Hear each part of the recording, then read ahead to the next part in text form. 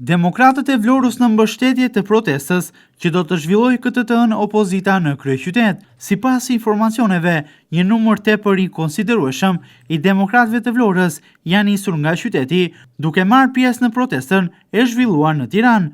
Informacioni bëhet me dije nga selia qendrore e kësaj dege në qytetin bregdetar të Vlorës, ku gjithashtu konfirmohet fakti se të tjerë demokrat do të nisen edhe nga bashkitë e Selenicës dhe Imarës. Sipas informacioneve, demokratët e rrethit të Vlorës janë regjistruar më parë në përdegët e rrethit të kësaj partie në Vlorë, Selenicë dhe Imar, dhe më pas janë nisur drejt kryeqytetit.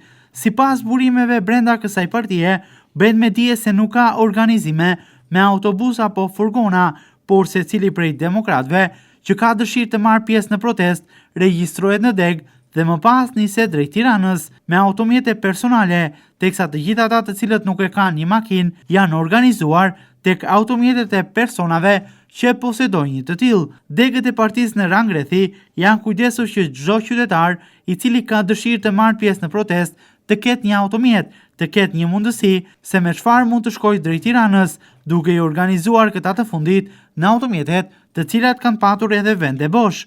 Siç konfirmohet edhe nga degët e Selisë Demokratike në Vlorë, numri personave të cilët kanë shkuar drejt protestës në Tiranë është thuajse i njëjtë, duke krahasuar këtë të fundit edhe me protestat tubimet e mëparshme të cilat janë zhvilluar në kryeqytet. Konfirmohet fakti se nuk ka rënje të këtij numri, pavarësisht edhe kushteve atmosferike apo zhvillimeve politike lokale. Opozita nis aksionin e saj me një protest në formën e saj, të cilën Sali Berisha e ka quajtur platforma parlamentare. Protesta e kësaj të hëne nga ora 18 deri në orën 20, ndërsa sipas Elis Blu, aksioni do të jetë i përjashëm, ku deputet dhe qytetar mbajnë fjalime përgjatë protestës. Protesta do të zhvillohet përpara kryeministrisë, ku denoncohen një sër çështjesh të ndodhura kohët e fundit në rang vendi, ku sigurisht ndër to preket edhe Vlora.